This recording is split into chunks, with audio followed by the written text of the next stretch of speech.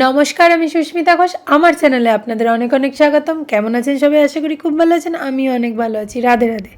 সকালবেলা স্নান টান সেরে রেডি সেডি হয়ে আমরা বেরিয়ে পড়েছি। আমি, মা, বোন অলরেডি বেরিয়ে পড়েছি।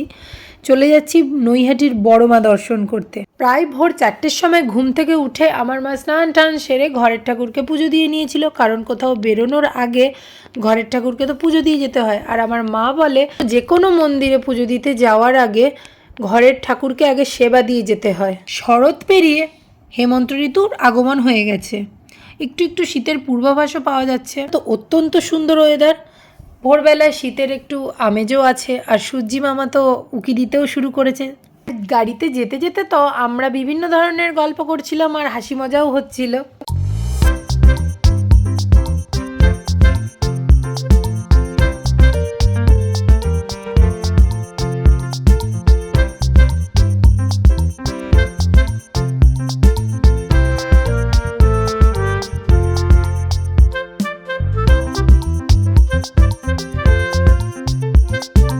অবশেষে 45 মিনিটের পথ পাড়ি দিয়ে আমরা মায়ের মন্দিরে এসে গেছি। আর এসেই তো আমাদের চক্ষু চড়ক গাছ। মায়ের মন্দিরে ভিড় হয় জানতাম, কিন্তু এ তো অস্বাভাবিক ভিড়। লাইনে দাঁড়ানোর জন্য যেন লাইনই শেষ হচ্ছে না। আমরা হাঁটছি তো হাঁটছি, অনন্তকাল ধরে হাঁটছি এমন মনে হচ্ছে। তারপর শেষমেশ আমরা লাইনে গিয়ে দাঁড়ালাম। তারপরে 1 সেকেন্ডের মধ্যে আরও লাইন বেড়ে গেল। আর সেদিনটা ছিল জগদ্ধাত্রী পুজোর অষ্টমী, যার জন্য ভিড় আরও মাত্রাতিরিক্ত ছিল। তো লাইনে দাঁড়িয়ে পড়েছি। আর আমাদের লাইনে দাঁড়ানোর আগে পরে যারা দাঁড়িয়েছিল তারা তাদের সঙ্গে গল্প করতে করতে যে কিভাবে সময়টা কেটে গেছে সত্যিই বুঝতে পারিনি। সকাল 8টার আগেই আমরা পৌঁছে গেছিলাম। সেই 8টা থেকে 11টা অবধি এই 3 ঘন্টার লাইনে দাঁড়ানোর যে জার্নিটায় আশেপাশের পরিবেশের মানুষজন তো ফ্রেন্ডলি ছিল, সাথে মায়েরও নিশ্চয়ই কোনো মহিমা ছিল, নিশ্চয়ই ছিল।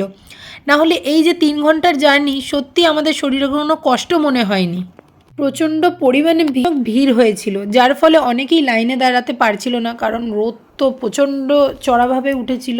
তো তারা যারা পারেনি তারা এই ব্রহ্মময়ী মায়ের মন্দিরেই পুজো দিয়ে চলে যাচ্ছিলেন। অবশেষে 3 থেকে 3.5 ঘন্টা লাইনে দাঁড়িয়ে আমরা মন্দিরে প্রবেশ করলাম আর মায়ের দর্শন করলাম। সত্যি এই মুহূর্তটা একটা আলাদাই অনুভূতি। মায়ের সামনে দাঁড়িয়ে যেন সমস্ত কষ্ট ক্লান্তি এক নিমেষে দূর হয়ে গেল। মায়ের সামনে দাঁড়ালে প্রতিটা সন্তানের যে অনুভূতিটা হয়, সত্যিই সেটা ভাষায় প্রকাশ করা যায় না।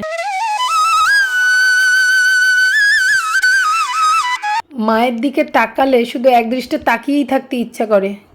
যাওয়ার আগে কত কিছু মাকে বলবো, কত মান অভিমান মায়ের কাছে শোনানো বাকি, সব কিছু বলবো ভেবেছিলাম। কিন্তু মায়ের দিকে তাকানোর পর এক নিমেষেই যেন সব কিছু মাথা থেকে বেরিয়ে গেল, সব ভুলে গেলাম। শুধু এক দৃষ্টে মায়ের দিকেই চেয়ে রইলাম। তো যাই হোক, এরপর পুজো দিয়ে বেরিয়েই লাইন দেখে তো আমার চোখ ছানা বড়া। এ তো আরও লাইন বেড়ে গেছে। তখন প্রায় 11:30 বাজে, আর সূর্যি মামা তো প্রায় মাথার কাছে একদম তা দিন দিন করে নাচছে। আমি ভাবছি যারা ওই সময় এসছে তারা ঠিক কতটা কষ্ট করে বড় মায়ের দর্শন করতে হবে। তো যাই হোক, তারপর আমরা ওই লাইন দেখতে দেখতেই ঠেলে ঠেলে, যেহেতু প্রচুর ভিড়ও ছিল, জায়গাটা স্পেস কম অনেকটা, তো তারপর বড় মার এক ছবি কিনে নিয়েছিলাম। এরপর আমরা গাড়ির দিকে রওনা দিয়েছিলাম, কারণ যেহেতু প্রচুর ভিড় ছিল তো গাড়িটা স্টেশন থেকেও গাড়িটা অনেকটা দূরে রাখা ছিল, পার্কিং করা ছিল আর কি। তো যার ফলে আমাদের ঘাট থেকে রিক্সা করে আবার স্টেশনে যেতে হয়েছে। দেন স্টেশনের ওখানে একটা মিষ্টির দোকানে আমরা কচুরি খেয়ে নিয়েছিলাম, কারণ সবাই পুজো দিয়ে ওখানেই খাওয়া দাওয়া করেছিল, আমাদেরও খিদে পেয়ে গেছিলো। দেন আমরা গাড়িতে উঠে পড়লাম।